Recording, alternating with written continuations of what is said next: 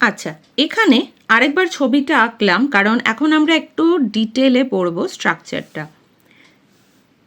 এই যে গ্লোমেরুলাস আর বার্মানস ক্যাপসুল, এখান থেকে এই ধরো একটা পোর্শন, এইটুকুকে আমরা এবার ইলাস্ট্রেটেড ওয়েতে দেখব, বড় করে আঁকবো। বড় করে আঁকলে ব্যাপারটা এই রকম দাঁড়াচ্ছে।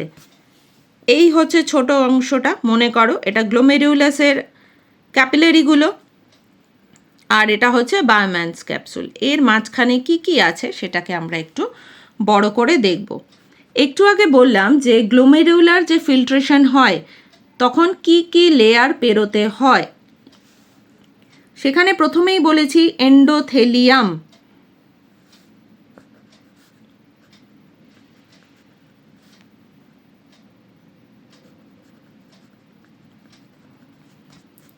এন্ডোথেলিয়াম সেল, এইটাকে প্রথমে পেরোতে হয়। এই এন্ডোথেলিয়াম সেলগুলোর থাকে একটা বেসমেন্ট মেমব্রেন, তার মানে যে পার্টিকেলটা এদিক থেকে ওদিকে যাচ্ছে ফিল্ট্রেশনের জন্য তাকে এন্ডোথেলিয়াম সেলের লেয়ারটা পেরোনোর পরে পেরোতে হয় বেসমেন্ট মেমব্রেন।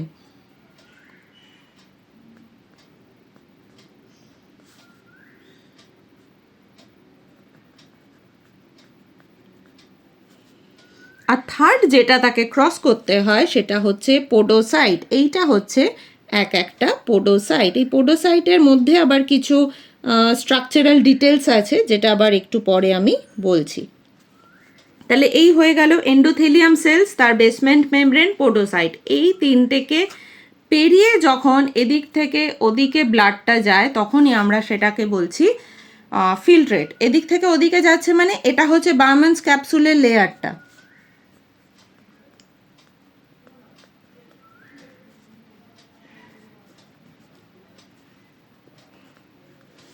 এটা বার্মানস ক্যাপসুল, এটা বার্মানস ক্যাপসুলের ভিতরের দিকটা, এটা বাইরের দিকটা। এই হচ্ছে পরপর লেয়ারগুলো। এবারে আমরা দেখি পোডোসাইট। পোডোসাইট হচ্ছে ভীষণ ইম্পর্ট্যান্ট একটা স্ট্রাকচার। এটা কোথায় থাকে? এটা হচ্ছে বার্মানস ক্যাপসুলের এই ভেতরের লেয়ারটায় থাকে। এই বার্মানস ক্যাপসুলের ভেতরের লেয়ারটায় বসে থাকে। ধরুন এরকম, ধরো এরকম।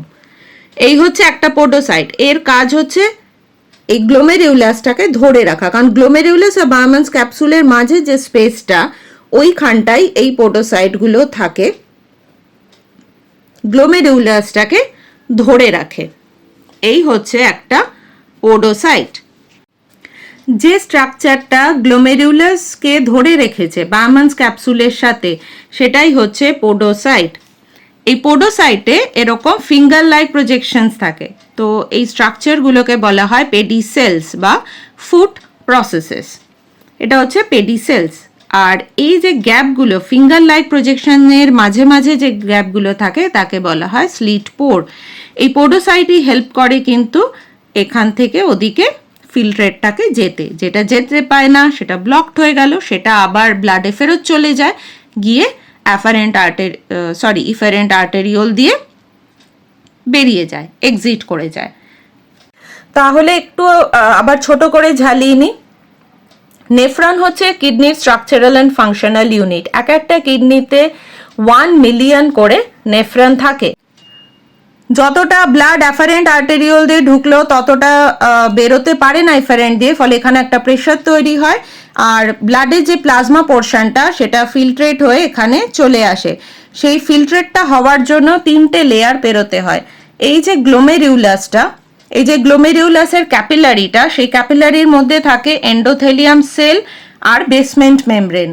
আর তারপরে যে বার্মানস ক্যাপসুলে যাচ্ছে ওই বার্মানস ক্যাপসুলের গায়ে থাকে পোডোসাইট, যে কিনা গ্লোমেরুলাসটাকে ধরে রাখে। গ্লোমেরুলাস আর বার্মানস ক্যাপসুলের মধ্যে কানেক্টিভিটিটা কিন্তু মেনলি করে পোডোসাইট। তো এই 3টে লেয়ারকে পেরিয়ে তারপরেই কিন্তু ব্লাডটা এদিক থেকে ওদিকে যায়। এবার ওদিকে যাওয়ার পর মানে এই যে বার্মানস ক্যাপসুলে ঢুকে গেল, তারপর বার্মানস ক্যাপসুল থেকে প্রক্সিমাল কনভলিউটেড টিউবিউলে যেটা চলে এলো সেটাকে আমরা বলবো ফিল্ট্রেট।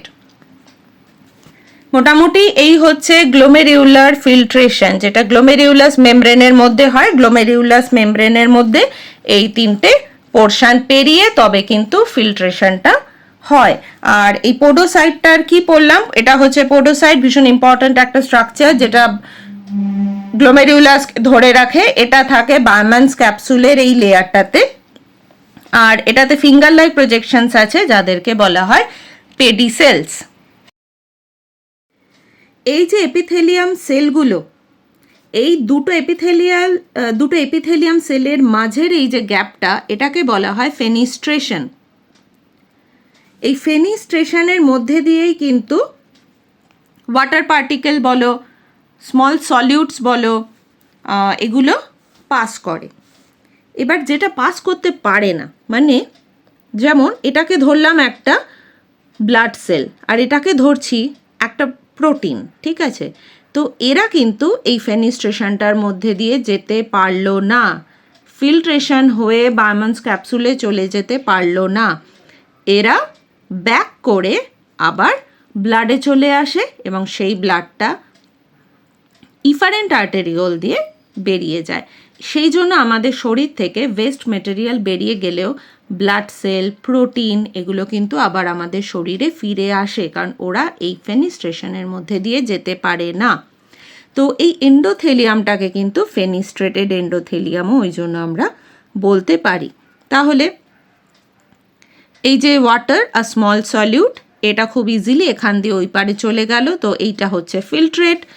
আর এরা হয়ে গেল ব্লকড, ব্লাড সেল আর লার্জ প্রোটিনস এরা কিন্তু ওই দিকে যেতে পারলো না।